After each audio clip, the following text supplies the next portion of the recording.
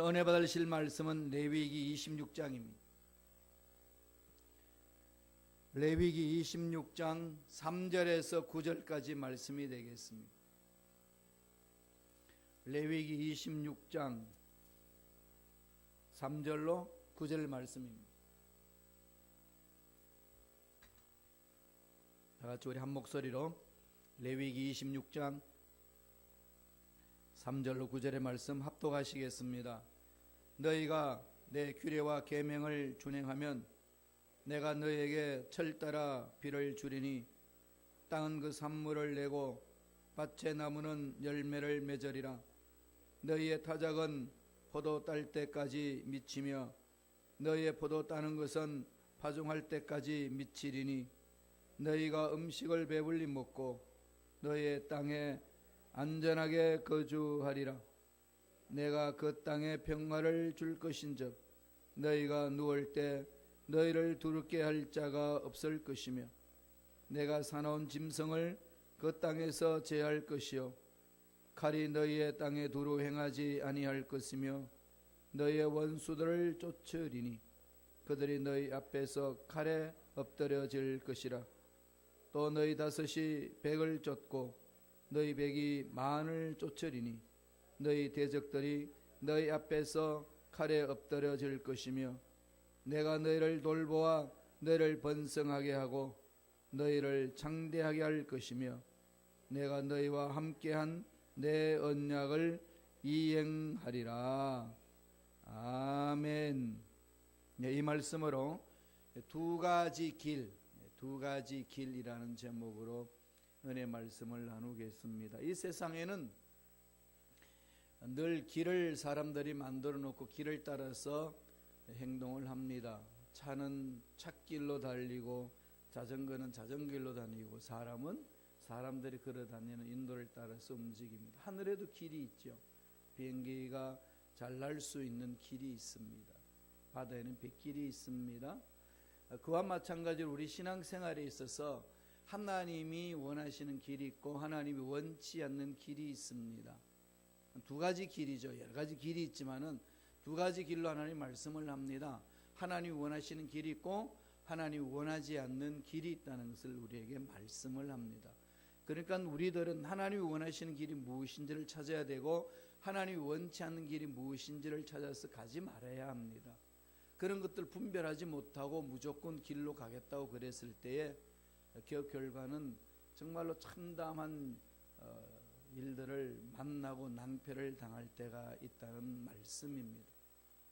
이것은 레위기 26장에서 말씀하고 있는 이 말씀의 핵심은 앞으로 이스라엘 백성들이 하나님과 어떤 관계를 맺으며 살 것인지에 대해서 구체적으로 말씀을 합니다.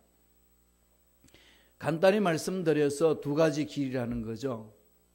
첫 번째, 축복의 길입니다. 하나님은 복을 주시는 분이에요. 하나님이 하와와 아담을 만드시고 나서 그들에게 복을 주시며 그러시죠. 복을 주시며. 그리고 하나님 또다시 아브라함을 택할 때에 히브리 민족과 이방인 민족이 나누어지잖아요. 하나님이 아브라함을 선택하면서 두 민족이 생긴 겁니다. 하나님이 선택한 민족, 그냥 일반적으로 세상 살아가는 이방인들, 이 두 민족이 생겼어요. 그때에 하나님이 아브라함을 선택하시면서 뭐라고 그럽니까? 너는 복의 근원이라. 너는 복이 될지어다. 이것을 오늘날로 적용하면은 죄로 인해서 영원히 죽었던 우리들을 예수 그리스도를 보내주셔서 믿기만 하면은 자녀가 됐습니다. 자녀가 되는 복을 받는 거죠. 그러나 예수 믿는 저와 여러분은 하나님의 축복의 통로가 되어야 된다는 겁니다. 하나님의 축복의 통로가 되지 않으면 무슨 통로가 되겠습니까? 저주의 통로가 됩니다. 그래서 저와 여러분들은 정신 똑바로 차리고 살아야 돼요. 악한 것들은 어떻게 하든지 하나님 주시는 축복의 통로 속에 못 들어가게 합니다. 이 말 저 말로 다 해가지고 이런 욕심 저런 욕심으로 마음을 흔들어 놓았기 때문에 잘 찾지를 못하고 세상이 만들어 놓은 길에 익숙해져서 그 길로 따라가는 겁니다. 왜 교회에서 유독히 그것을 강조하냐? 물론 교회 폐단도 있고 문제도 있습니다. 그런 문제들만 자꾸 샅샅이 덜추어내어서 그것 보라고 딱 그 짓 하려고 너희들한테 이렇게 자꾸 제약을 주는 것이 아니냐. 이런 또한 말로 해서 하나님의 축복의 길로 가지 못하도록 만드는 것이 악한 영들의 장난입니다. 이것을 빨리 분별하고 깨트려 버려야 됩니다. 잘 돼가는 것 같지만은 궁극적으로 그렇지 못한 결과를 초래한 일들이 얼마나 많은지 모릅니다. 축복의 길, 정말로 하나님은 우리에게 복을 주시길 원하신다는 것을 마음판에 새기고 하나님이 주시는 축복의 길이 무엇인지를 깨닫고 순종해야 된다는 겁니다. 말씀을 볼까요? 26장 3절 4절입니다. 다 같이 한 목소리 천천히 읽겠습니다. 너희가 내 규례와 계명을 준행하면 내가 너에게 철을 따라 비를 주리니 땅은 그 산물을 내고 밭의 나무는 열매를 맺으리. 너무 간단하지 않습니까? 정말로 하나님이 주신 진리는요, 단순한 거예요. 진리가 복잡하면 어떻게 그것을 분별함이 가겠습니까? 뭐라고 말씀하죠? 규례 만들어 놨다. 이것은 너희들을 그냥 발목 잡기 위해서 하는 것도 아니고 자유를 속박하기 위해서 하는 것도 아니다. 뭐라고 말씀하시는 거죠? 복 주려고. 그럼 기찻길을 만들어 놓은 것은 기차를 구속시키려는 것이 아니라 그 길로 기차를 열심히 힘있게 빠르게 달리기 위해서 만들어 놓는 거잖아요. 그런데 기차가 자동차를 바라보고 저 자동차는 아무 도로나 돌아다니는데 우리도 그렇게 가자. 그러면 기차가 어떻게 되겠습니까? 낭패를 당하겠죠. 이 단순한데 우리 삶에 있어서도 이 부분들을 자꾸 망각한다는 겁니다. 하나님 분명히 말씀하셨어요. 내 규례와 계명을 준행하면, 이 계명을 준행하면은 하나님이 인생의 모든 것을 책임져 주시겠다는 거죠. 예를 들어서 말합니다. 그 당시 농경 문화니까 철 따라 비를 주겠다. 파종할 때 비를 많이 줘야 되고 결실할 때에 늦은 비를 줘야만이 결실을 잘 맺어서 귀한 열매를 맺을 수 있지 않습니까? 그런데 하나님 앞에 아무리 열심히 일한다고 해서 하나님 뜻대로 하지 않으려고 한다면은 하나님이 비를 멈춰버리면은 파종하는 농사꾼이 열심히 파종해도 쓸모가 없고 추수하겠다고 열심히 해도 비가 오지 않으면 열매가 없습니다. 쭉정이만 맺게 된다는 거죠. 그럼 우리의 수고가 열매를 맺는 것은 하나님 보살펴 주신 은혜라는 얘기입니다. 그런 은혜를 체험하려면 어떻게 해야 된다는 거죠? 주님의 말씀에 집중하라. 그러니까 하나님 자녀들은 말씀에 자꾸 집중하셔야 돼요. 이걸 자꾸 이 현대사회는 잊어버리게 하잖아요. 처음에는 악한 영들이 하나님의 말씀을 듣지 못하게 핍박을 했습니다. 모이지 못하게 핍박을 했어요. 지금도 공산권 나라에서는 말씀을 마음대로 볼 수 없도록 이렇게 다 차단시키지 않습니까?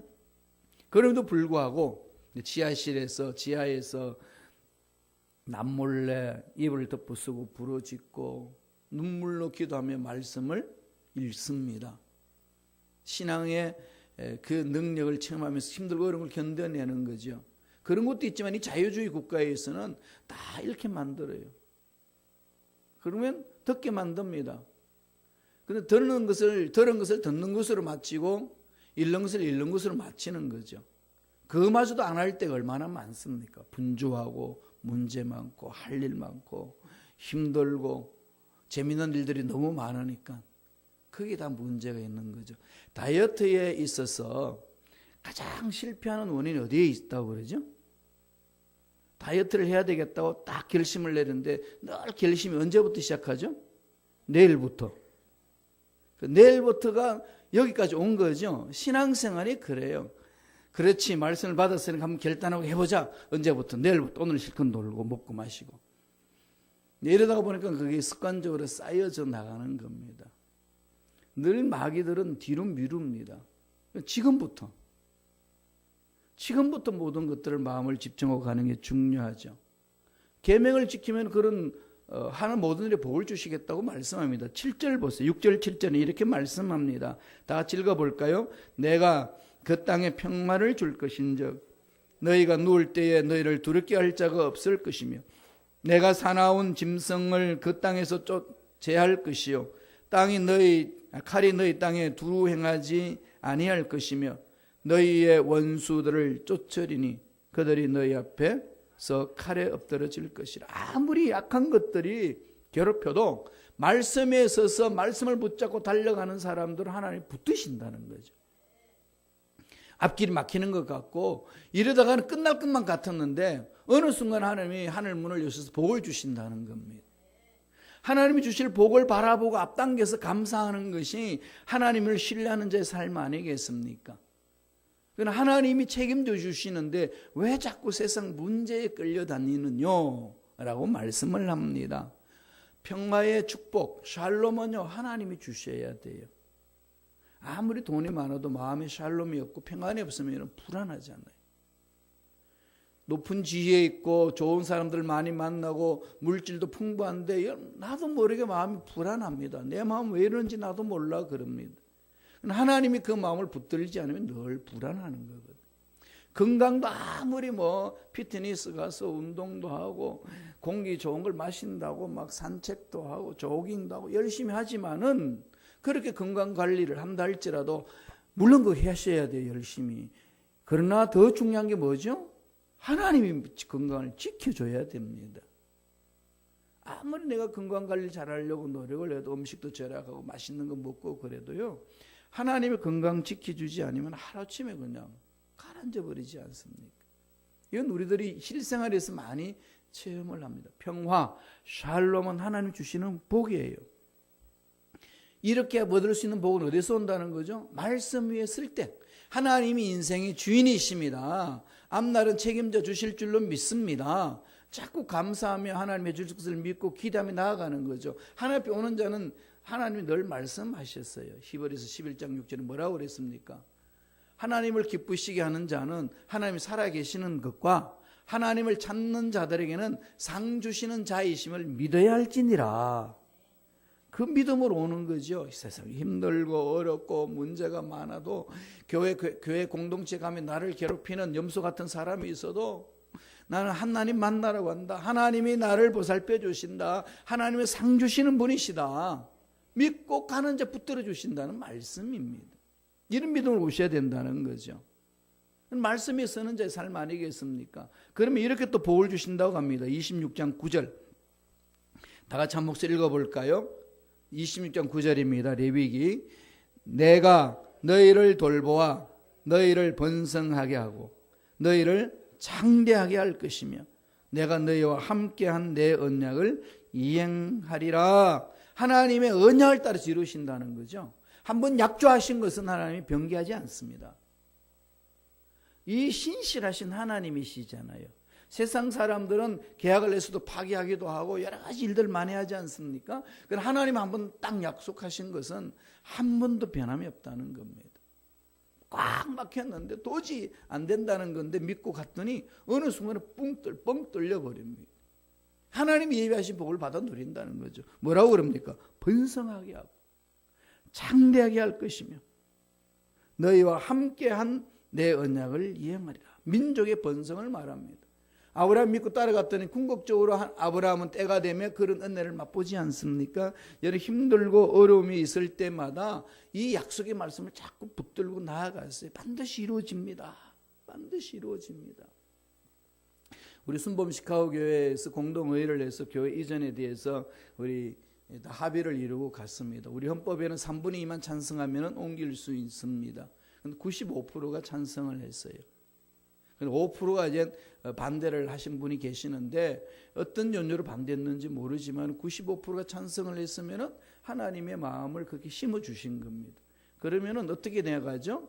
그쪽으로 자꾸 마음을 모으셔야 돼요.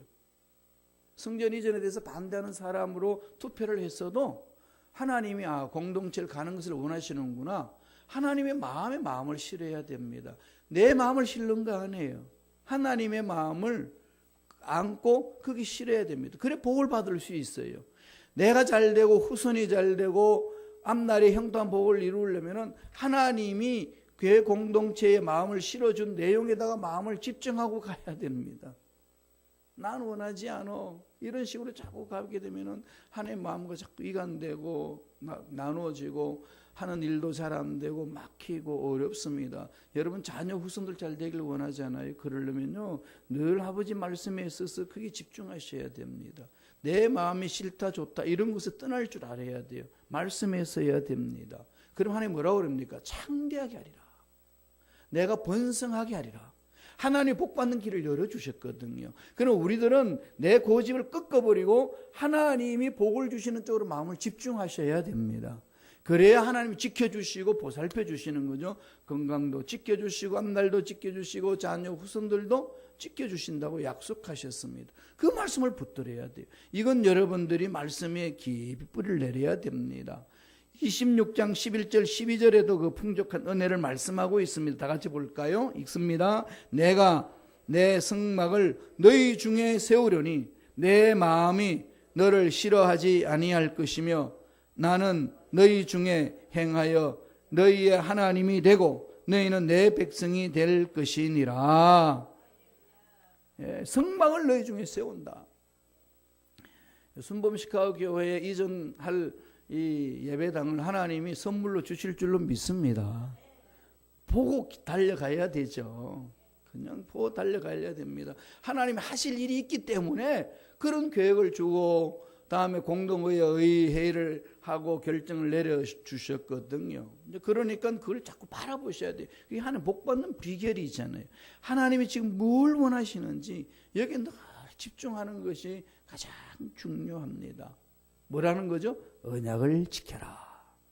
약속의 말씀을 붙들고 달려가라. 힘들다 어렵다 이게 아니라 그 말씀을 집중해서 가면은 하나님이 때가 되면 넘치도록 채워주시겠다고 약속을 합니다. 그리고 나서 다른 길을 하나님이 제시합니다. 그렇지 아니하면 그렇게 내가 강조를 했는데도 불구하고 너의 고집의 예습관에 빠져서 그렇게 머물러 있다면 이런 길이 있다라고 어마어마한 무시무시한 길을 말씀합니다. 그게 두 번째 길이 무슨 길일까요? 저주의 길입니다. 저주의 길. 신명기 28장에도 축복의 장렬이라고 하는데 축복에 대해서 말씀하시고 저주에 대해서 말씀을 합니다. 신명기 28장 그러면 생각나는 말씀이 있죠. 나가도 들어가도 복을 받고 떡강주리가 복을 받고 가축이 복을 받고 종들이 복을 받고 엄청난 복을 이야기를 하는데요. 그 이후에 넘어가게 되면 그렇지 아니하면 말씀에 위배되게 나아가면은 내가 너희들에게 저주를 퍼부리라. 이거 어마어마한 저주인데요. 축복의 양이 하나라면은 신명기 28장에서 저주의 양은 3배가 더 많습니다.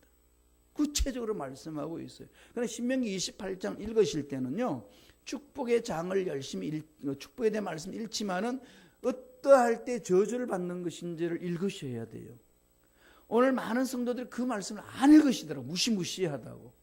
그게 문제입니다. 읽으셔야 돼요. 그래야 아버지 마음이 어디 있는지를 압니다. 그래야 내가 딴 생각을 하지 않고 다르게 행동하지 않습니다. 엄한 그 벌이 있거든요. 하나님 앞에서는 좋으신 하나님이에요. 좋으신 하나님인데 사랑을 먼저 주셔서 사랑을 주신 분인데 그 사랑을 배반할 때에 하나님 뭐라고 그럽니까? 질투하신 하나님이다. 질투, 이 질투가 찾아오는 결과 아시지 않습니까? 어마어마합니다. 이게 아주 약한 것들에 이 질투해 나갈 때 찾아오는 건 어마어마한 거거든요. 하나님이 죄를 심판할 때는요, 어마어마합니다. 이 부분들을 구체적으로 읽으셔야 돼요. 너무 안 읽으시더라고요. 잘 모르시더라고요. 정말 그렇게 읽어야 됩니다. 그래야 피해갈 수 있어요. 하나님이 원치 않는 길이 뭔지를 내가 찾아갈 수 있거든요. 오늘 말씀 레위기 26장에도요. 이 축복의 하신 말씀보다도 저주의 말씀이 2배나 많습니다.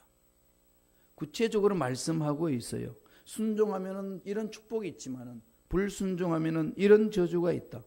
그럼에도 불구하고 너희가 또 불순종하면은 더 많은 저주가 임하게 되리라. 그렇게 말합니다. 어떻게 시작합니까? 14절 15절 보세요. 읽지 않았습니다만은 우리 자막을 통해서 한번 읽어볼까요? 레위기 26장 14절 15절의 말씀입니다. 다 같이 읽겠습니다.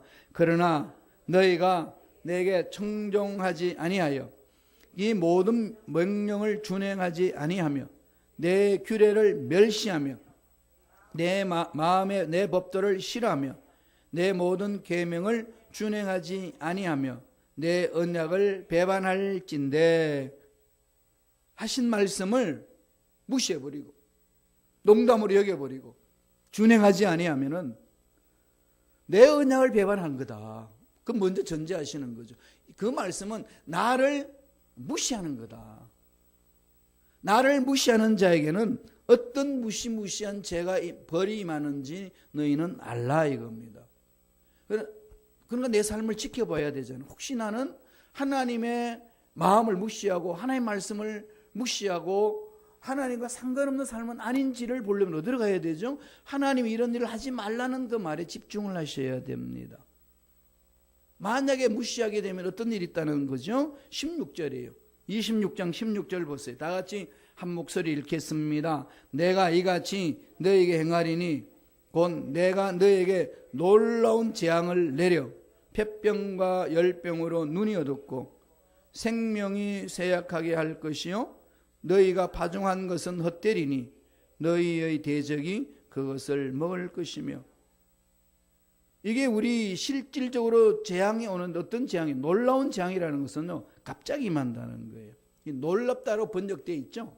히브리 원어에서는 느닷없이 갑작스럽게 재앙이 온다는 거죠. 뭐 할 때요? 하나님의 심판이 올 때요. 갑작스럽습니다. 건강이 망가진다든지 사업이 파산된다든지 앞길이 막혀버린다든지 자녀의 앞날에 어려운 일이 생기든지 갑자기 온다는 거죠. 뭐 할 때요? 하나님을 무시할 때. 하나님의 마음을 전혀 생각하지 않고 무시하고 지 마음대로 살아나갈 때 찾아오는 그 얘기입니다. 그러니까 하나님의 보호막이 걷어버려지는 거죠. 하나님 보호막이 있었는데 그 보호막이 하나님이 걷어버립니다. 그랬더니 어떻게 되죠? 생명이 쇠약하게 될 것이고 파종한 것 열심히 농사를 했는데 다 헛되다. 그 다음에 너희의 대적이 그것을 먹는다는 거죠. 복을 받는 사람은 원수의 목전에서 상을 받는데 저주를 받는 사람은 열심히 파종했던 것들을 자기가 먹지 못하고 원수가 다 먹어치운다는 거죠. 이보다 저주스러운 게 어디 있겠습니까? 그러니까 정신 똑바로 차리라 이 말씀입니다. 이걸로 그치지 않아요. 18절 보세요. 26장 18절 다 같이 한 목소리를 읽겠습니다. 또 만일 너희가 그렇게까지 되어도 내게 청종하지 아니하면 너희의 죄로 말미암아 내가 너희를 7배나 더 징벌하리라. 몇 배나 더 한다는 거죠? 7배.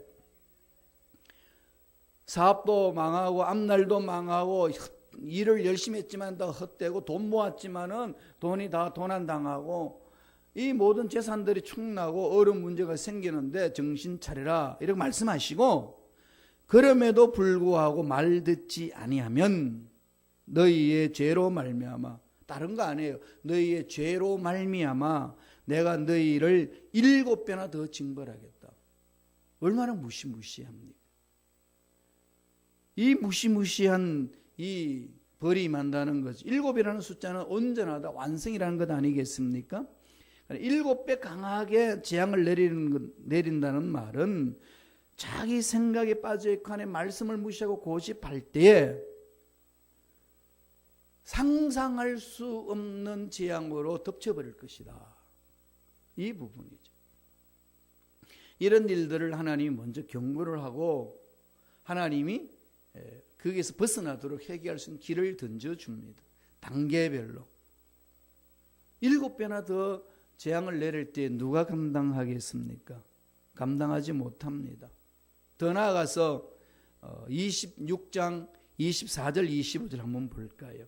또 어떤 일인지 점차적으로 더 하나님 내리시는 재앙이 강합니다. 24절 25절 읽습니다. 곧 나도 너희에게 대항하여 너희 죄로 말미암아 너희를 7배나 더 치리라. 내가 칼을 너희에게로 가져다가 언약을 어긴 원수를 갚을 것이며 너희가 성읍에 모일지라도 너희 중에 연병을 보내고 너희를 대적의 손에 넘길 것이며. 이게 이제 자기가 하는 일의 열매를 못 먹는 것뿐만 아니라 너희 집안 전체를 송두리째 넘겨버리겠다는 거죠. 대적의 손에다가.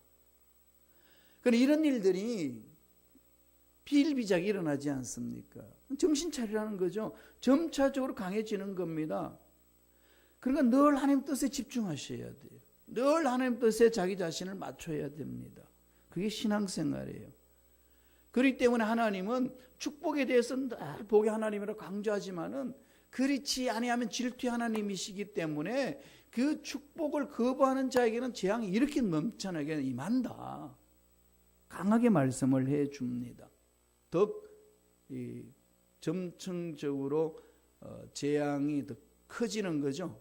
어떻게 커지는지 한번 볼까요? 33절을 보세요. 레위기 26장 33절 다 같이 읽습니다. 내가 너희를 여러 민족 중에 흩을 것이요 내가 칼을 빼어 너희를 따르게 하리니 너희 땅이 황무하며 너희의 성읍이 황폐하리라. 민족 중에 흩어버리는 거죠. 바벨론 포로로 끌려간 것이 이 사건이죠. 예레미야 선지자를 통해서 여러 선지 이사야를 통해서 수많은 선지자를 보내줬지만 돌로 쳐 죽입니다. 자기가 원하는 말을 해주지 아니하고 자기가 사는 삶을 찌르니까 아픈 것이요. 그리고 이렇게 가면 망한다. 그랬더니 이 놈은 매국놈이다. 이 나라를 팔아먹으려 하는 거다. 이렇게 모함하면서 감옥에 가두고 돌로 쳐서 두들겨 패고 던지고 상처받게 하고 쫓아버리고 그랬습니다. 그걸 결국은 어떻게 되나요? 흩어져 버리잖아요. 바벨론 포로로 다 끌려가게 하는 겁니다. 이것은 하루아침 하나님 화가 나가지고 그렇게 흩어버리는 게 아니라 점차적으로 말씀을 하거든요. 말씀에 순종해라. 그래야 농사한 것도 일하는 것도 건강도 지킬 수 있다. 또 그렇지 않으면 병이 온다. 재앙이 온다. 돌아서라. 그 칠변은 더 많아질 수 있다. 그래도 말 안 듣느냐? 그럼 너희 민족이 흩어진다. 이렇게 경고했음에도 불구하고 그 말을 순종하지 않습니다. 결국은 바벨론 포로로 70년간 갖다 던져버리시잖아요. 훈련시키기 위해서. 대가를 지불하라는 거지요. 어마어마합니다. 그러면서 36절에 보면은요, 참 하나님이 우리에게 위로도 해주시면서 회복하시겠다는 그 말씀이 있습니다. 의도가 있다는 거죠. 심판의 의도가 뭔지를 말씀합니다. 읽어볼까요?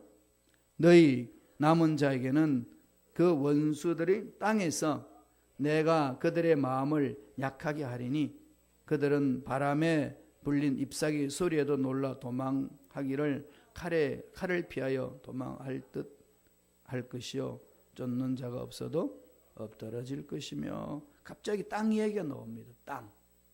뭘 말하죠? 하나님은 열심히 6일 동안 일하고 7일째는 그냥 쉬라고 했습니다. 안식일이에요. 그 다음에 6년 동안 열심히 일하고 7년 때는 땅 그것을 쉬게 하라. 아까워서 그 땅을 운영하면은 땅이 황폐해져서 하나님이 주시는 복을 받아 누리지 못한다. 딱 결론을 내립니다. 그리고 50년째 되는 흰년을 선포해서 모든 종들에게 자유를 주라. 그렇게 하나님이 말씀하셨는데 이게 사업하다가 농사 짓다가 하다 보니까 돈이 수중에 들어오고 하니까 쉬는 것을 생각하니까 계산을 해보니까 너무 손해가 많이 보니까 쉬지를 않습니다. 그래서 하나님이 그렇게 쉬지 않으니까 그 모든 계산을 다 하는 거죠. 가나안 땅에 들어가가지고 바벨론 포로 가기까지가 490년간 살았어요. 490년간 살면서 아버지 이 말씀을 지키지 않았습니다. 그래서 그 지키라는 연수를 생각하는 70년이 나옵니다. 그 70년 동안 하나님 빼앗는 거죠. 어디로? 바벨론 포로로 갑니다. 하나님 그 속에 넣어놓고 가는 거죠. 하나님의 말씀대로 모든 것이 이 세상은 움직이고 역사 수레바퀴는 돌아갑니다. 악한 것 같지만은 궁극적으로 선이 이깁니다. 그런데 그 말씀을 주셨음에도 불구하고 그 말씀을 따라가지 아니하고 지키지 아니하면은 하나님이 빼앗겠다는 겁니다. 이건 11조의 약속과도 마찬가지입니다. 아낀다고 하지만은 궁극적으로 아끼는 것이 아니고 다 나간다는 거죠. 어차피 빼앗길 것 하나님 앞에 가져와라. 복받는 길을 찾아라. 어차피 하나님의 약속의 말씀을 지켜라. 그렇지 않으면 바빌론 포로 70년을 갖지 않느냐. 이걸 하나님은 다시금 상기시켜 줍니다. 490년 동안 가나안 땅에서 70년간 안식년을 지켰다. 이렇게 표현하는 거죠. 이렇게 해석을 합니다. 지키라는 거 안 지키니까 도로 찾아내신다는 거죠. 이 열거된 재앙들은 무시무시합니다. 읽으세요. 재앙을 읽으셔야 됩니다. 그래야 그 재앙에서 벗어날 수 있어요. 하나님은 복 주시는 분으로만 자꾸 생각하고 하나님이 궁극적으로 심판을 어떻게 하신다는 걸 잊어버리면은요, 나도 모르게 옛 습관에 끌려다니기가 쉽습니다. 그러다가 보니까 하나님의 뜻과는 상관없이 생각하고 말을 행동할 때가 많이 있는 거죠. 하나님은 이 흐름을 이쪽으로 흘러가고 있는데 나는 반대해서 저쪽 흐름으로 가려고 그런다면은 그 하나님이 어떻게 하시겠어요? 바벨론 포로 70년 거기에서 안식을 찾게 누리는 것처럼 우리 삶에 아깝다고 아꼈던 것들이 다 도로 내놓아야 되는 어리석음을 겪는다는 거죠. 그때 찾아오는 아픔은 이런 말로 표현할 수 없습니다. 그래서 하나님이 말씀하는 거죠. 복 받는 길을 찾아가라. 하나님은 우주 만물을 창조하셨기 때문에 그 약속의 말씀을 믿고 가는 자에게는 상상할 수 없는 복을 주시겠다. 그걸 말씀을 하는 거죠. 그러니까 저와 여러분들은 두 길 중에 어떤 길을 택해야 될까요? 복 받는 길로 가셔야죠. 축복의 길로 가야 됩니다.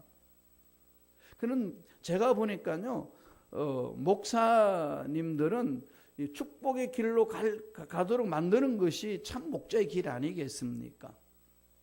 그쪽으로 가는 거죠. 말씀 안에 쓰도록, 말씀에 순종하도록.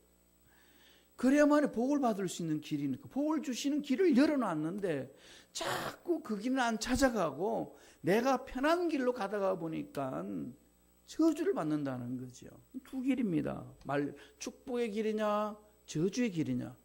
딱 한마디로 말씀을 내리면 결론 내리면 뭐라는 거죠? 말씀에 순종하면 축복의 길이고 말씀에 불순종하면 저주의 길이다. 딱 간단하게 우리에게 답을 제시합니다. 남은 거는 우리에게 남았습니다. 뭐죠?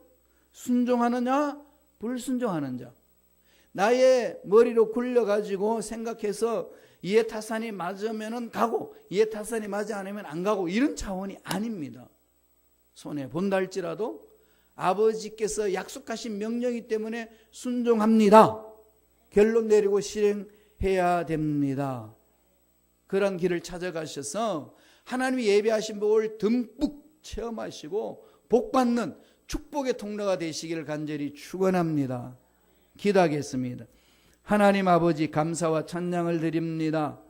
우리 인생길 두 가지 길을 허락해 주셔서 하나님의 말씀에 순종하면 복을 받고 하나님의 말씀에 불순종하면 저주를 받는 길을 알게 해주시니 감사합니다. 어떤 환경이 있고 어떤 문제가 있고 어떤 노름이 있어도 축복의 길로 순종하며 달려가는 믿음의 일꾼들이 되게 역사하여 주옵소서. 예수 이름으로 명하노니 하나님의 자녀들의 앞날에 복을 받지 못하도록 괴롭히고 세상의 길로 쫓아가고 하나님의 말씀에 불순종의 길로 가도록 괴롭히는 모든 원수 마귀들은 떠나갈지어다. 하나님의 자녀들의 앞날을 방해하지 말지어다. 성령이 마음을 사로잡아 주셔서 늘 말씀 안에서 주님과 깊은 교제를 이루고 말씀에 순종함으로 기적을 상식처럼 체험하는 축복받는 인생 길을 가게 역사하여 주옵소서. 예수 이름으로 명하노니 머리부터 발까지 모든 육체 질병도 깨끗하게 남을 입을지어다. 제가 채찍의 맞음으로 나음을 입었다고 말씀하셨음에 약속의 말씀을 믿고 선포합니다. 모든 병을 소멸시켜 주옵소서. 육체의 병마들은 사라질지어다. 깨끗하게 나음을 입을지어다. 은혜 감사의 귀한 예물 드립니다. 드린 손길 기억해 주셔서 하나님이 예비하신 복을 듬뿍 체험하는 복된 손길들 되게 성령님 축복하여 주옵소서. 감사하고 예수님 이름으로 축복하며 기도드리옵나이다. 아멘.